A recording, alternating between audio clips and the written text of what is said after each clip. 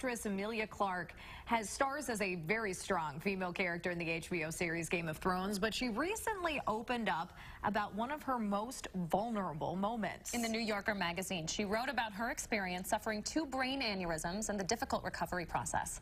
Dr. Mandira Mehra from SSM Health is joining us this morning to talk about the warning signs. Good morning. Good morning. So Emilia Clarke is doing a great job highlighting an issue that's not really talked about very often. She even called it sort of an invisible illness. It's true, and we often think of brain illnesses, neurodegenerative issues, strokes, hemorrhages in the brain as really something that maybe affects somebody else or definitely an older population. Right. This is a great example. It's wonderful that she's really raising awareness to the condition itself of having a brain aneurysm or hemorrhage in the brain, subarachnoid hemorrhage, and she describes it really as being extremely scary, of course, very painful, and then she feels, of course, very lucky to have survived something like this. There are definitely signs, symptoms, things that we can look out for if you have, unfortunately, a brain aneurysm or symptoms of a brain hemorrhage.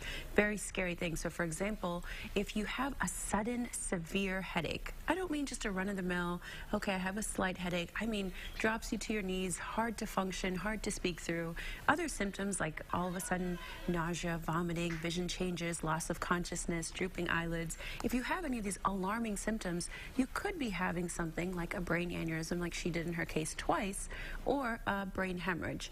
An aneurysm, just to review, is actually the vessels in your brain having that out-pocketing, pouching, and weakening, and then ultimately resulting in brain in the blood. This can be life-threatening. So other than the symptoms we just talked about, the really scary thing here is it can be life-threatening. So you definitely want to seek emergent care like she did, 911. You'll need neurosurgery on board, neurology on board, definitely management emergently. Things that you can look out for if you have any family history of this, especially first-degree relatives, if you are a cigarette smoker, if you have high blood pressure, if you have other drug abuse problems, and then just other congenital issues from birth, definitely look out for this. Getting a brain scan prophylactically is even a great idea. There, of course, are wonderful treatments available, life-saving treatments. Some are surgical, some are medication, some are just watching to see how bad an aneurysm or how large it really is. But really, her awareness is amazing because we know her as this warrior princess. She's such a strong character, but to really show us this time that was scary for her and what she survived, amazing. Yeah, most definitely. We want to switch gears a little bit and talk a little bit about CBD. It's a topic that we talk about a lot on the program. You know, hemp was just legalized here, farming it in Wisconsin recently.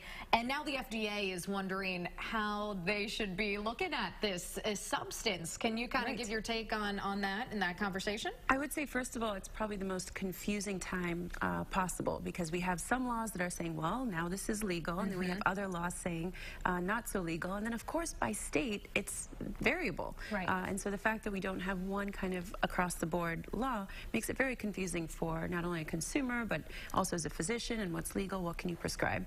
I think the takeaway message here is that there are many products now that are trending, okay? We talked about jelly beans and beer and teas and topical agents and pills you can take. Unfortunately, until the FDA really cracks down and regulates things across the board, there will continue to be this confusion. Recent studies have also shown, unfortunately, products that claim that they have a certain amount of, let's say, CBD in them, which is the non-psychoactive component, but potentially the component that has some of these therapeutic values, they will always have this variable amount. So even if they claim to have a certain milligram amount, because it's not regulated, they may have it, they may not have it, they may be overdosed, underdosed, or may even have some of that THC active component.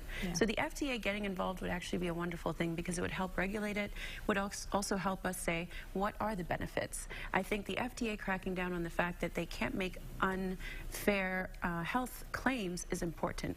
So we have to keep in mind here, just as a physician or even as a consumer, anytime a medication or therapy claims to fix everything, if it claims to fix neurodegenerative diseases, cure cancer, but as well as help migraines, pain, stop opiate addiction, obviously it can't do all of that. It's not a miracle drug. They did approve the first CBD medication recently, but it's specifically for seizures. Super interesting conversation. Thank you, Dr. Mehra. We need more study. Yeah, appreciate that. So Packers fans are pretty pumped.